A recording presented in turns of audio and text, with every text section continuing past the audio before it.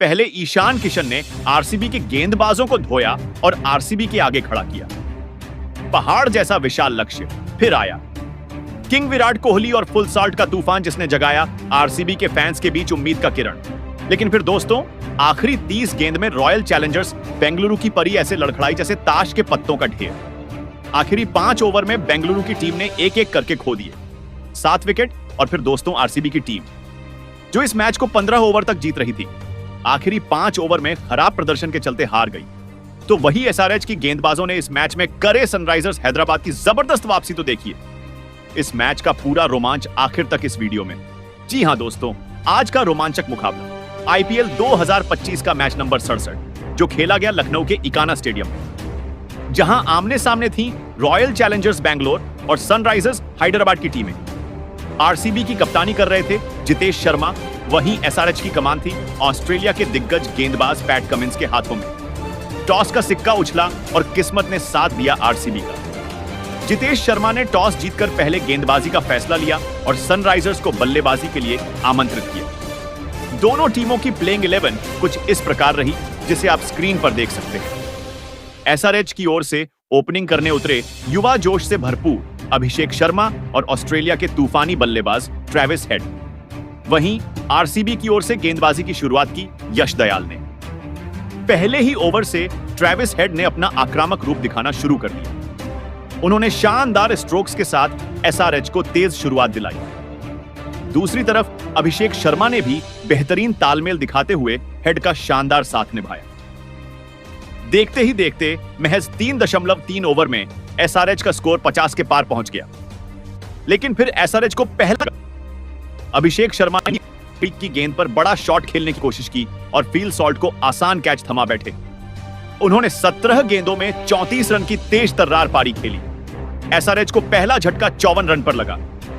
इसके बाद मैदान पर आए ईशान किशन, लेकिन अगले ही ओवर में ट्रेविस हेड भी 10 गेंदों में 17 रन बनाकर भुवनेश्वर कुमार का शिकार हो गए। अब एसआरएच का स्कोर था 1 रन पर 2 विकेट।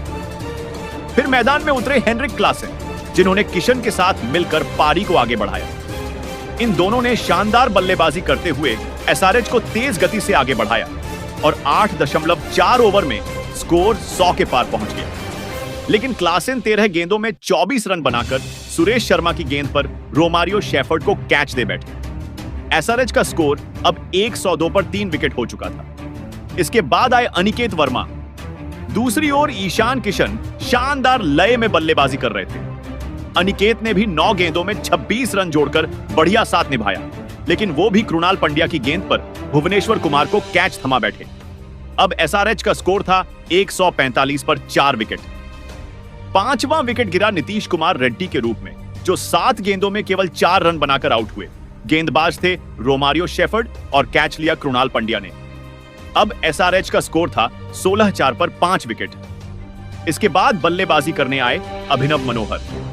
उन्होंने किशन के साथ मिलकर कुछ रन जोड़े, लेकिन 11 गेंदों में 12 रन बनाकर वो भी शेफर्ड की गेंद पर फील सॉल्ट को कैच दे बैठे। एसआरएच अब 188 पर 6 विकेट गंवा चुका था। फिर कप्तान पैट कमिंस खुद क्रीज पर आए और सेट बल्लेबाज ईशान किशन के साथ मिलकर अंतिम ओवरों में तूफानी बल्लेबाजी की। अंतिम 3 ओवरों में एसआरएच ने कोई विकेट नहीं गंवाया और कुल स्कोर को पहुंचा दिया 231 रन तक।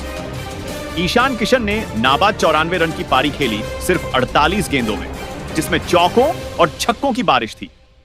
वहीं पैट कमिंस ने भी 6 गेंदों में 13 रनों का योगदान दिया। एसआरएच ने आरसीबी के सामने रखा 232 रन का विशाल लक्ष्य और फिर दोस्तों 232 रनों के विशाल लक्ष्य का पीछा करने उतरी रॉयल चैलेंजर्स बैंगलोर की ओर से। मैदान में कदम रखा किंग विराट कोहली और फील सॉल्ट की धमाकेदार जोड़ी ने।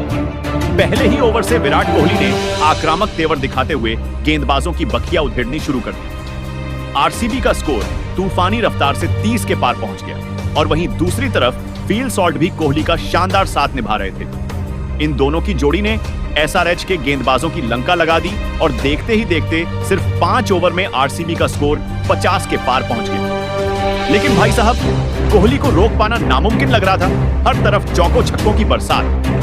किंग कोहली पूरे जोश में थे और लग रहा था आज तो मैच यहीं खत्म हो जाएगा।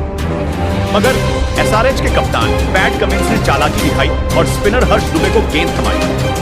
और भाई 7वें ओवर की आखिरी गेंद पर कोहली का बड़ा विकेट गिरा। कोहली ने सिर्फ 25 गेंदों में 43 रन ठोक दिए, पर आरसीबी को लगा एक बड़ा झटका।